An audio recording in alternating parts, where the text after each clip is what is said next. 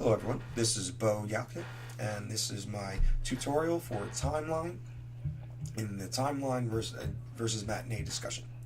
Now, what I'm going to do real quick, I just want to, I'm going to show a couple different functionalities here. Pretty link there. First functionality of my Timeline is going to be this blueprint here, which consists of the big box, the small box, and the box collision. And we'll just hit play and I'll show you what it does. You walk into it, walk in the collision, it changes the color of that box. Hit enter and the box spins and moves up and down. Every time I hit enter, it'll either go up, reverse, it'll play it or reverse it. Play it or reverse it. Now, the way I did that is actually in this blueprint called Blueprint Spin Timeline. As I said before, there's a big box, a small box, and a box collision. The small box is the spin mesh. The box collision is, of course, right here, and then this is the base of it. And starting with the event graph, of course, down here we have a box collision component overlap. Once that happens, we enable input for the player, and then just so the player knows that they're in the right spot, set material to a gold color, and then if the player leaves the box collision, disables input, and then sets the material back to what it was before. So now that once we have input, what we can do is here we go to enter. Once the player hits enter while the input is enabled, it'll flip-flop A to B, and it'll either play the timeline or reverse the timeline. Now, let's click on the timeline. The timeline is basic. We have one key that starts at 0. We have a second key that ends at 1. It's called spin track, and of course make sure that this length is the same length as your keys. I had a problem, didn't realize I had it set to 5 seconds, and I had a bad delay. It took me a minute to find it, so just don't make the same mistake I did. Make sure that is the same as that. So, jumping back to the timeline. Now, in the timeline, the timeline runs a sequence. Now, this sequence does two things. It changes the location and the rotation of the spin mesh object. First, it'll set the relative location of the spin mesh object by making a vector from a lerp and having a start position and an end position. And then this is the next one, which is very similar. Comes down, goes to the set relative rotation, and it does a very similar thing. It takes the mesh, and instead of moving it up and down, it spins it on the z-axis using a start rotation and an end rotation.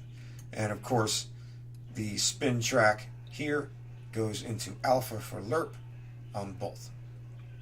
Okay, now we already saw what happens when you walk up to it, you hit enter, it runs the timeline, makes the sequences run, and whether I hit enter, each time I hit enter, it will change direction.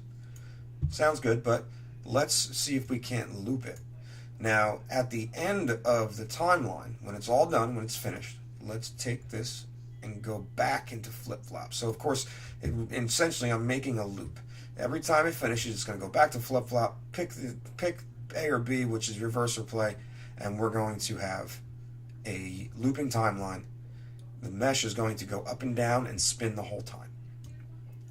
Now, of course, we want to have the power to stop it. So I set it so now if the player is in the area and hits the L button, then it's going to check to see if spin timeline is playing. And the spin timeline I was able to reference right here. Taking it, putting it into is playing, checking for that condition. If it is playing, then we're going to stop it. So let's check and see how that works. Let's hit compile. Let's hit play. All right. Now, we have a gold box. Hit enter. And we have a looping timeline now. So when I leave and walk away, that thing's never going to stop. It's going to keep going. However, if I want to stop it, just walk inside and hit L. And that stops the loop. And now, if I want to, I can go back in again and get it going again. So let's the functionality of that. Now, let's manipulate it a little bit. Let's go to spin timeline. And now, important, start position has to start at the position of the piece that's going to move. Inside this blueprint is spin mesh, and spin mesh is already set to Z at 140. So, start position has to start there, unless I want to move it. But it's going to start there, and I can move it however many units I want to the end position. And the same thing with the rotation. I can set it at 0 to start, and I can go to end rotation 100, and that's what it starts at now. So let's change things. Let's make this really move. Let's go to 750. Let's go to 1,000. Let's make this spin like crazy. And let's make this go a little shorter. Let's go to 175. So we'll have a short up and down movement, but a very fast spin. And let's go. There we go. Very, very quick spin, up and down movement, and I can manipulate how far up and down I want it to go, or how fast I want it to spin, just by messing with those numbers. Now, one thing I did notice, which is kind of cool, we got a spinning cube here. Let's shoot it. Now they go flying in all different directions. That could actually be part of a puzzle. Maybe you have to hit something that you can't, maybe get around a corner or something that you can't normally hit unless you have a crazily spinning cube knocking the ball around. So that's my tutorial. Quick recap: we have a blueprint here consisting of a few objects and two objects. Actually, they're actors now that they're in the world. Got 2 actors and a box collision. And of course, we also have the event graph, which checks to see if we're in the right range, gives us input or takes it away, sets the material so we know whether or not we're in there. Hitting, as of right now, we can hit enter to get a looping timeline and stop it with L. If we want it to just move when we want it, when we tell it to, we can knock out finished and go back to just flip-flop, enter. All right, so basically that is it. One last look at everything here. But end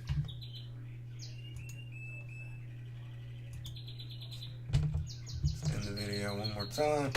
Hit it. Not bad at all. Okay, thanks for watching.